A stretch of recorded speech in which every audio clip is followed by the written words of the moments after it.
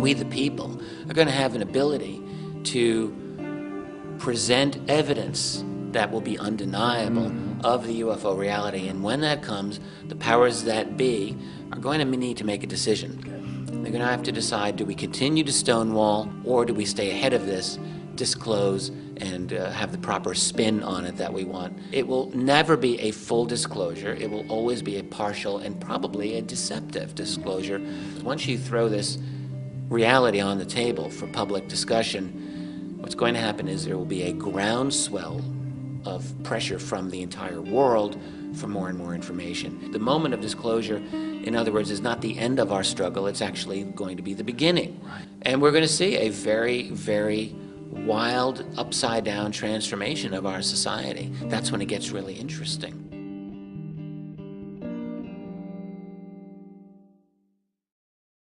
Mr. Dolan, thank you very much for being with us today, sir. Thank you, Paulo. It's nice to be on here with you. Listen, tell us a little bit about being a UFO historian. Sure. Well, I'm not the first, but I guess I'm doing it the most these days. Really what I've been trying to do in the last 15 years is to piece together as accurately as I can a reliable history of the phenomenon from World War II onward, really focusing on three major threads. The first being the major sightings, trying to decide what are the major sightings and write about them in a clear way for people. Secondly, trying to understand the politics of the UFO phenomenon. That might include the cover-up, military policy, intelligence community. Are they interested in UFOs or not? Is there a cover-up or not, and so forth. Like who's in charge of all of this, right? And then the third theme that I'm very interested in regarding UFOs is understanding the research itself. In other words, think of it this way, our own consciousness and trying to understand this mystery. That's a fascinating story too, and I've really tried to study that and record it and communicate that to people. Great. I want to talk about your books here too as well, and particularly I want to talk about AD, of course, your new release, but I want to go also for people that aren't familiar with your work, UFOs and the National Security State. Tell us about how that book came about and what were you trying to tell people, communicate about? Well, absolutely. Back in the mid-90s, I was working on a doctoral dissertation in history on the Cold War, Harry Truman's presidency in the Cold War. It really had nothing to do with UFOs at all. But I became interested in the topic at that time and really just wanted to ask myself a very simple question back then, not even were UFOs real.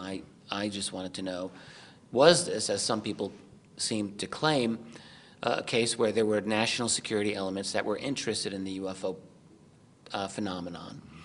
And if they were interested at high levels of our government, how is it that I'd never read about it in any academic history? How could that not be interesting, I thought.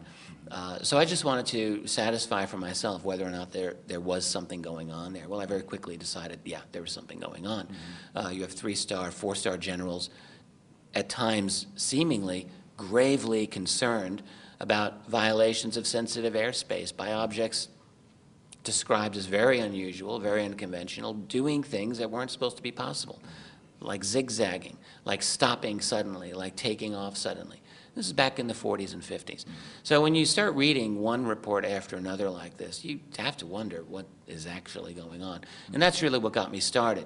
As a result of that, I ended up writing for 2 volumes. I'll be doing a 3rd volume of UFOs in the National Security State. And really what these do is, as I just mentioned, they really describe the major sightings, the major policies and attitudes, as well as our attempts to understand this mystery. Now, one of the unique things about your new book, AD, After Disclosure, is there's so much talk about when are they going to disclose, and you portray a scenario. Well, okay, what happens after disclosure? It's interesting how that book came about. When you write about the UFO reality, when you write about the cover-up, as I've done, it's really not much of a stretch to ask yourself, okay, well, we're talking about ending the secrecy one day. There's a lot of people in the UFO field who talk about the necessity of disclosure, the need to end the truth embargo, or however you want to put it. But there's really been precious little discussion on what the world would be like once that secret ends, other than maybe some utopian comments about free energy for all, no more poverty, and so on. But really what I wanted to do is to explore what what the world really is going to be like after disclosure, because it's going to be messy. Right. I got very lucky about a year ago at this time. I started a very good professional relationship with my co-author, Bryce Zabel. Just so happens Bryce is a television producer, and he's probably best known for having created the TV show Dark Skies back in the late 90s. Okay. Yeah. Okay. Yeah, definitely. A very serious attempt to sort of understand the UFO cover-up during the 1960s. Great show. So we hooked up professionally. We ended up deciding to write this book, AD, After Disclosure. We did it in record speed, I would say 6 months start to finish. We did the whole thing online so that each of us could edit and work on the book. And really what we tried to do is lay out not just what will happen after disclosure, but even more basic questions. How might disclosure happen? For many years, I've seen disclosure as a kind of paradox. That is, it's an impossibility, but it's also an inevitability. It can never happen because the secret keepers have too much invested in keeping this secret. And we go into a lot of reasons why I think this is so. But it's inevitable anyway. And one of the reasons is that because the secret keepers are not the only part of this equation. Okay. There's a couple of other parts of the equation. One is these other beings themselves. Let's not forget them. Right. But the real variable here, the real dynamic part of the equation, actually is us. We, the people, our society, our civilization, which is changing so dramatically. Look at our world here in 2011. We've got not just internet, we've got smartphones that have total internet, total connectivity. There's zillions of ways that we really can communicate with each other around the world instantly. This wasn't the case even 20 years ago. We're in a vastly different world now than we were in previous decades. And ask yourself this, what is our world going to look like in another 10 years, 20 years, 30 years? We're going to have technologies on the table that I'm sure that we cannot even conceive of right now. We'll have ways of capturing and recording anomalous data that we can't imagine right now, and we'll have ways of communicating it. My feeling is in this type of environment in the near future, we the people are going to have an ability to present evidence that will be undeniable of the UFO reality. And when that comes, the powers that be are going to need to make a decision. Okay. They're going to have to decide, do we continue to stonewall and with the great danger of truly losing all credibility, or do we stay ahead of this, disclose, and have the proper spin on it that we want so as to kind of maintain control over the situation. I think that's what's going to happen. So disclosure won't happen in some voluntary, like as a gimme for the rest of us. It's not going to be like a gimme. In a way. Absolutely, and they'll be forced into it. And what that means, and what we really argue, is that it will never be a full disclosure. It will always be a partial and probably a deceptive disclosure, and not necessarily for the most nefarious reasons. Let's say you're the president. And you're now briefed on this reality, and maybe some of the things that you're told are pretty nasty. What if they are? You have to ask yourself, how much do I tell the world? You may not want to tell the world, yeah, abductions are real and we don't really know how to stop it. You may not want to tell the world, there are a host of other beings here and we really don't have a handle on them, but they seem to have an agenda here. You don't want to tell the world that you're about to replace petroleum as the main source of energy because we got something better, because there goes the financial markets and so forth. You don't want to tell the world, but you're going to be forced to, because what's going to happen is once you throw this reality on the table for public discussion, what's going to happen is there will be a groundswell of pressure from the entire world for more and more information. The kinds of things that we're now seeing in the Arab world and the Middle East following WikiLeaks revelations about the government in Tunisia sparking these riots. Things happen fast. They sure do. And public pressure can be a very, very powerful thing. And my feeling is that in a situation where the powers that be are forced to disclose, there's going to be an overwhelming amount of pressure from below for a full disclosure. And what's going to happen is that the moment of disclosure, in other words, is not the end of our struggle. It's actually going to be the beginning, where we're going to be trying to yank these bits of knowledge out of the deep, black, clandestine world. The other thing that I've suggested about disclosure is that I think it's unlikely that, say, a president will have a little gray alien next to him at the podium when he makes this announcement. Not likely. Right. No, I think what's more likely is that we'll reach a stage in our society where we have the ability to prove it but maybe not the ability to bring them down and put them on TV cameras. So in other words, a disclosure can be a very unsatisfactory scenario in the sense that scientists are going to say, well, look, you got to show us some proof here. And if you don't have a live being, then you got to show us bodies, you have to show us wreckage. So these things will have to be done, I assume. And we're going to see a very, very wild, upside-down transformation of our society. That's when it gets really interesting. And how interesting will it get? One of the questions people are going to ask right away is, wait, this is all real? How the hell have you been keeping this secret for 60-plus years? And that's going to lead to questions about the structure of secrecy itself, the nature of control over, say, our academic, scientific, political, journalistic institutions. Because after all, where have they been all these years? And that will undoubtedly lead investigations into manipulation and collaboration with those institutions and the national security apparatus, which, by the way, anyone who's studied this knows that there is deep penetration of all of those by the intelligence community and the defense community. So that's already, but disclosure is going to open that all up. Then you're going to have more uncomfortable questions. People will be asking, probably within a day of disclosure, what about these rumors that you've recovered ET technology in deeply clandestine programs and you've been trying to replicate it? These are probably true, aren't they?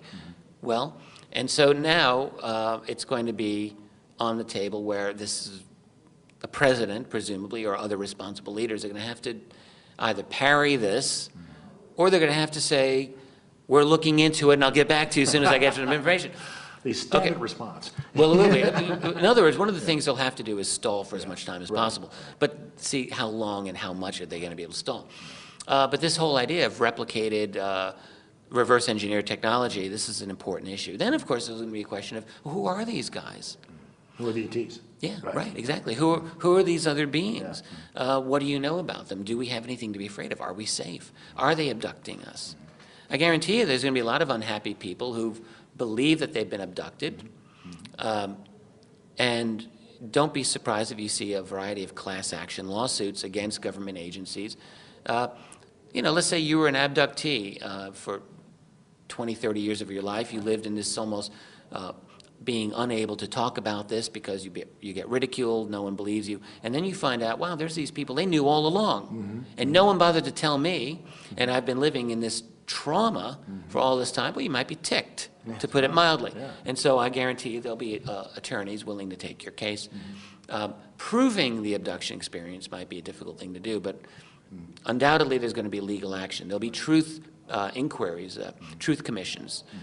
Congress will be forced, you know, following the old adage of CYA, they're going to have to cover their own behinds, and they'll institute truth commissions to try to get at the bottom of this. It'll be an interesting political circus. Messy, as you put it. Absolutely. But then it gets actually even more and more interesting the farther I look into this. Let's look at petroleum. I mentioned that briefly a while ago. I think that petroleum is, fair to say, at the heart of the UFO cover-up in this sense. Definitely. Right, because whatever these objects are using to get around, it's not petroleum. Yes. All right, it's something better. And not going to the gas stations to fill up. No, that's right. Whether we're talking about hot fusion, cold fusion, zero-point energy, or something even more exotic, they're using something different than petroleum. Now, the point of it is that petroleum is the world's largest industry by most measurements. Most of the petroleum industry has to do with energy. Some of it's with plastics, but most is with energy. And so if suddenly that part of it becomes obsolete, there goes the petroleum industry. There are trillions upon trillions of dollars globally invested in this industry. Maybe not directly by you and me, I don't know, but certainly by a lot of very wealthy individuals, plutocrats. It's no small matter for all of us if that wealth just goes away. It will undoubtedly have strong political and financial repercussions around the globe. And the other thing about that is that the cost of almost any object you can imagine, 90% of it has to do with the amount of energy that it went into making it and transporting it. That's all petroleum related. All of these things are going to go fluctuating all to hell. the transition away from a global petroleum economy won't happen overnight. It's going to take years, but the point is that it will drastically change our fundamental energy paradigm. I think ultimately that's a very good thing for humanity. In the short term, it's going to cause a bumpy ride for us. But then it gets better still. We really went through a lot of as many facets of disclosure as we could in doing this book. How deep you would go in the rabbit hole, right? Yeah. And, you know, we discuss culture. We discuss the academic world. In terms of culture, one of the things that I think we decided is very likely would be a kind of a new version of the 1960s in all of its, you know, guts and glory. Think of it this way. You know, when we think of the 1960s, we think of being maybe kicked off by the assassination of President John F. Kennedy, and then you get the escalation of the war in Vietnam, you get the civil rights movement, you get a lot of unhappy people protesting for change. Turn on, tune in, drop out from Timothy Leary, don't trust the establishment, and so forth. The nation was really in a massive cultural clash in which some people believed anything now is possible. That was the 60s. It was a bit of a wild ride. I was a little bit too young to appreciate it. In a post-disclosure scenario, it will also start off with a shock. Just like with the Kennedy assassination, this will be the shock of disclosure. It will be followed by, very probably in many parts of the world, martial law. After all, there's going to be a lot of panic. Right. Not everyone handles these things well. Right. Guarantee you people will be stocking up on their toilet paper and baked canned beans, scarfing up everything out of the stores. And so there's going to be a lot of shock, a lot of unhappiness. There's going to be a reaction by a lot of individuals, I'll bet you many young people in particular, against the lies of previous generations, very much like in the 60s. There very well may be even the same level of experimentation with hallucinogenic drugs. DMT and also drugs like ayahuasca are said by the people who use them to enable you to have interactions with these other entities of other dimensions. I'm not saying it's true or not, but what I am saying is that there are many people who believe this and who are going to kind of be tuning in, turning on, dropping out in that way. Yes. So I think we are primed to see a kind of revival of a new cultural clash, kind of like a new version of the 60s. Then there's science and religion. We do a long discussion of that. You know, religion and disclosure is one of these things that a lot of people, I think, are interested in. And one thing that I tried to do is to research really all of the major world religions and a lot of the minor, smaller religions, and to look at the possibility of new religious faiths popping up. So you look at the Catholic Church, for example. That's an interesting one. It does seem to me that the Church has some knowledge of something that might be going down. And I say this just because a number of the statements that have come out of leading Vatican spokespeople over the last decade. Most notable was from the late Monsignor Corrado Balducci. Now, Monsignor Balducci was a very close friend of Pope John Paul II. He was, in fact, the Vatican's leading demonologist. And there's a title, by the way, for a cocktail party. I was going to say demonologist. What do you do? I'm the leading demonologist for the Vatican.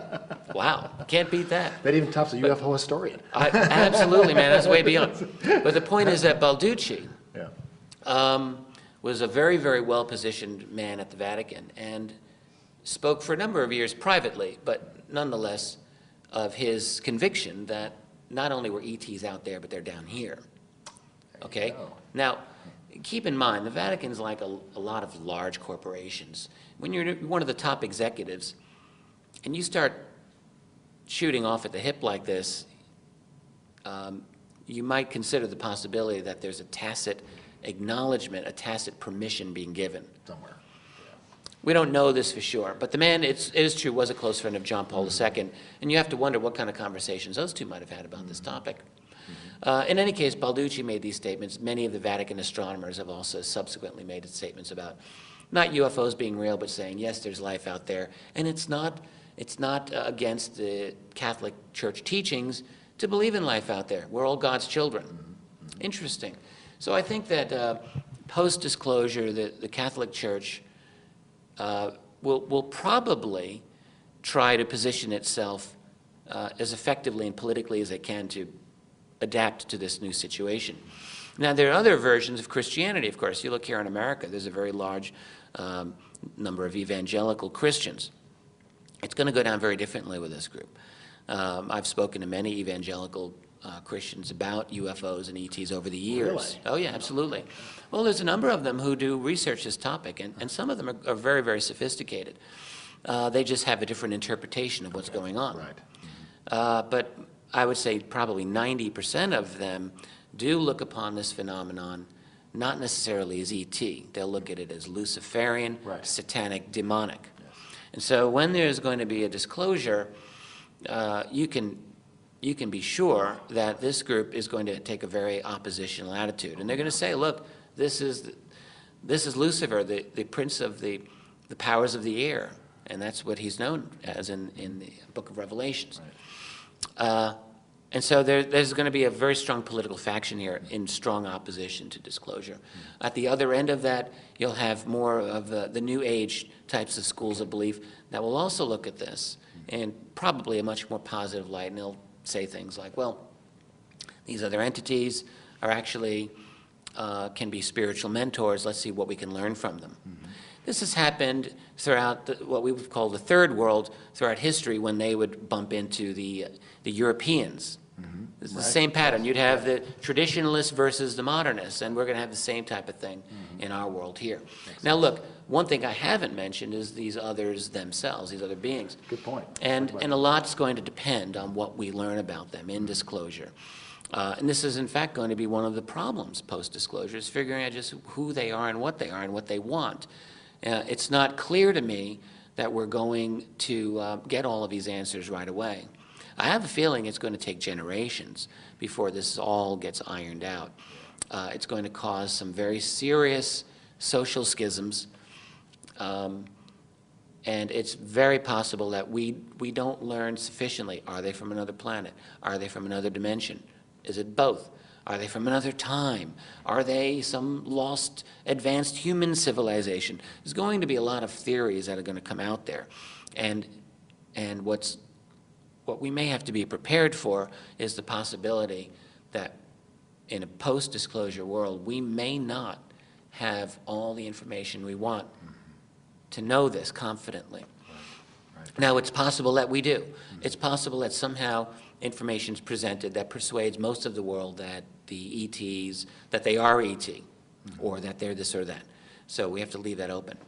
A couple of the other major themes of the book had to do with science and then had to do with politics. The scientific part of it was one of the most interesting parts for me. What I've come to feel is that as a result of disclosure, we're going to experience a serious scientific renaissance. Not that science is in the doldrums very much now, but I think it's going to be very much given a shot of adrenaline and then some. There's going to be a lot of new scientific issues that are on the table post-disclosure. For example, having to do with energy. Certainly, even if, let's say the president says, okay, UFOs are here. Even if he's unable to lead the world to the deep black programs where we reverse engineered ET technology, and I'll get to this in just a moment, even if he can't, I'll guarantee you that it won't take long before the non-classified scientific world will figure out just how the propulsion system works. Because really the biggest obstacle, I think, is in just knowing that it's possible. When you know that those things are real and they're zipping around the world, it's not going to take long before we understand how to do it. Right. It'll happen. And so what the result is going to be is they're going to figure out how anti-gravity or field propulsion operates. And if they're able to do that, it wouldn't be much of a stretch to think that we'll develop one of the holy grails of physics, which is a unified a theory of everything, as it were. Because right now, the big thing that they can't fit in is gravity. Right. It's the big question mark in terms of a unified field theory. Right. And with that, a lot of other breakthroughs in scientific, theoretical physics, I think, were going to be possible, and we could really be primed to move to just vastly new vistas of knowledge. Other questions in science will be raised and probably answered, such as how is it possible to manage human memory so effectively? After all, abduction experiences do seem to have a significant effect on human memory. People get their memory wiped. How does that happen? Right. Well, scientists are going to be asking this, and I think this is actually already understood within the classified world, but it will be better understood for the rest of us. So I think there's going to be many, many issues like this in the world of science where scientists themselves are going to be very deeply traumatized at first. I think even more than people in religion. Yes. It's a common thing to say religions are going to collapse. Well, I do think in the long run religions are going to be very, very different, but I don't think that the religions are going to collapse right away. I do think that the scientists in this world are going to be very, very shaken. And these are the people who, after all, have spent their whole lives adamantly denying that there's anything of relevance to UFOs. These guys, you know, they take pride in being smarter than the rest of us. And they would almost all rather be accused of some unethical behavior than of being dumb, and then of missing the boat on the most important scientific reality of their lifetime. Right. And it'll be difficult. I think there will be a loss of confidence among many leading scientists, but they'll get over it. And they will get over it because science itself is going to be really rejuvenated by this. And then the final piece of this book is understanding the politics and how this all can turn out. And this is something that really, I think, is the thing that has always engaged me in trying to understand disclosure, and we saved that really for the last major chapter. So, I mean, there's a lot of issues that come up here. You've got a lot of angry people. You've got a president who's on the spot here, who's going to try to, on the one hand, appease the public, but also he's got to deal with this national security apparatus that has maintained secrecy all these years. And he's got to deal with a global community as well, an international community, for two reasons. One, if for no other reason than to transition the world in a rational way to a post-petroleum kind of system, and you need global coordination for that. And then two, if it is necessary to coordinate globally to meet the challenge of these other beings, okay? Right. Even whether these beings are benign or not benign, it still seems logical to me that we're going to have to coordinate globally to deal with that. So the president is going to have to be dealing with a lot of difficult issues. And I think that there's an opportunity here. Certainly, things can go really bad and dark in the sense that there might be a very great temptation to promote a kind of global police state so that people kind of sit down, mind their business, and do as they're told during this whole transitive process. But there's a possibility for another way, and this was important for me to try to make this case in the book, which is that a president could have a moment here, a moment of conscience, a moment of awareness in which he or she might decide we can take back power in the name of the people from the black budget world, the clandestine world, what I've sometimes called the breakaway group, something that's broken away from our formal legal structure. We can take power back in the name of the people and at the same time create a just global system based on legal guarantees for human rights and so forth. In other words, a kind of global version of the U.S. Constitution. What a moment. I think it can be possible. Yeah. I think that disclosure can be a trigger for that. Yes. I would like for disclosure to be a trigger for something that's done in a positive way. There are many, many individuals who are actively fighting the oncoming of the new world order and the globalism that's accompanying that. And I am very sympathetic to this. The kind of globalism that's coming into effect right now is essentially run by private interests that want to buy up all the resources of the world, water and all types of valuable minerals. Really, to have a plutocracy that owns everything else. That's not a globalism that any of us wants. But there are possibilities of doing this a better way. The answer is not, however, in splintering humanity. How is this going to be possible anyway? For the past 500 years, the human civilization has been moving inexorably toward a greater and greater interdependence with each other. We've been moving toward globalism for a long time. Right. We've already got transnational corporations that are vastly more powerful than most nations anyway. Yeah. How's, I don't know, Pakistan going to take on Coca-Cola or ExxonMobil or Gazprom or any of these other? They can't. They're not powerful enough. What is necessary is a global structure that is able to make these transnational entities abide by laws. And that, I think, can be sparked by an advent of disclosure, and it can be an opportunity to truly to create a better world, and one in which we can actually work together peacefully, internationally, toward dealing with this problem. The last thing I would mention about AD, one of the things that makes it really neat, I was lucky to have such an excellent co-author in Bryce Zabel, and he brought something to the table that I really wasn't able to do. I'm a historian, and I'm used to looking at this kind of conceptually, theoretically, and I think I was able to put together the structure of this book. But Bryce is a screenwriter. He's done television screenplays and Hollywood productions. And what he's great at doing is seeing people dealing with this as people.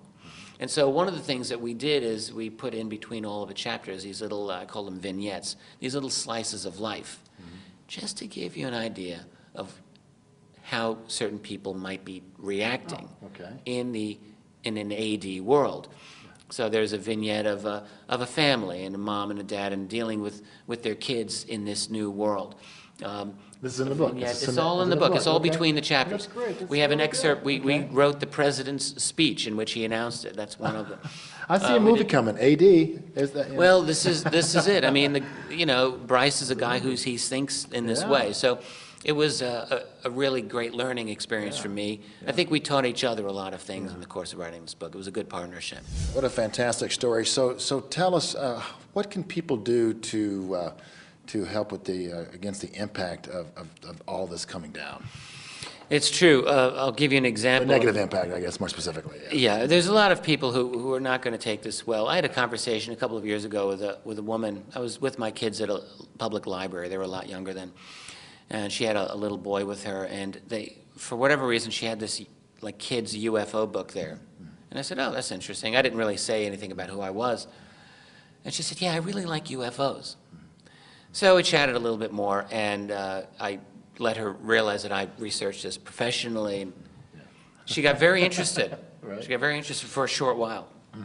And then about 2 minutes, 3 minutes into my little routine, describing the cover-up, the reality, and all of this, I saw her face just like drop and become like white, sheet white. She said, really? Yeah, she put up her hand. She said, I'm sorry, I don't want to talk about this anymore. It took me 3 minutes, and this very intelligent lady, she got deeply upset. She couldn't deal with it. And there's going to be a lot of people, some of them very well educated, others not well educated, it doesn't matter. Some people will handle this well, others not so well. And so how do we prepare for this? Well, ultimately, I think there's no way that you're going to be able to prepare everyone to deal with this. It's going to be a kind of nasty little baptism by fire. But there's a couple of things to remember. One is that you cannot spend the rest of your life running in circles, pulling the hair out of your head. You can do that for a short period of time. Eventually, you've got to get back to work. Eventually, you've got to continue raising your family. Eventually, you've got your life, okay? Fate will allow you some measure of panic for a short period of time. But most of us are going to have to get it together, And we're going to have to go out there and deal with this in some intelligent way, in some rational way.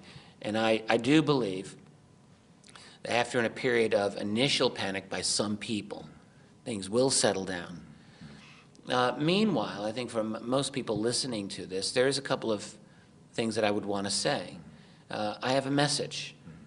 At the end of this book, I have one final message, and the message is no fear. It's simple. It's 2 words, no fear. Right. And what I mean by that is, look, not only is it unwise to be afraid of this, but it's also not really a reasonable thing to do. People have gone through all kinds of horrifically difficult challenges throughout our whole history. We are actually a very resilient group of people. We're going to have a very difficult time of it in the future, but we're also going to have a truly new vista to open up before us. There's going to be negative things that we're going to have to deal with. Some of these other beings that I think are intensely interested in us do not necessarily have our best interest at heart. Now, I don't think that all of them are this way, but I think that some of them might be this way. So we're going to have a challenge here. But ask yourself this. If you're sleeping in your house and your house is on fire, but you're having this nice dream of hanging out at the beach, you're going to want to wake up or not. Now, the dream is really nice, Right. but your house is burning down. So at a certain point, we're going to have to wake up, and we're going to have to deal with the situation around us. And we will deal with it. So no fear. Don't fear these other beings because, well, we have our own capabilities, perhaps, that we may not even realize. Don't fear these secret keepers. They're people just like you and me. And some of them, I do think, have been trying to act in the best interest as they see it. Others, not so much. But they're not omnipotent. And again, the revolutions in the Middle East are reminding us that even the most entrenched corrupt powers are not necessarily immune to the wrath of the people. And those revolutions are not done yet, and we're going to see how they turn out. And don't fear the future. We've got a resiliency about us that will enable us creatively to fashion a future for ourselves that just might be worthy of the best interests of humanity. A fascinating discussion. Thank you, Richard Dolan, for being with us today. And thank you, Simon Apollo, and we'll see you next time. Thanks, Richard. My pleasure.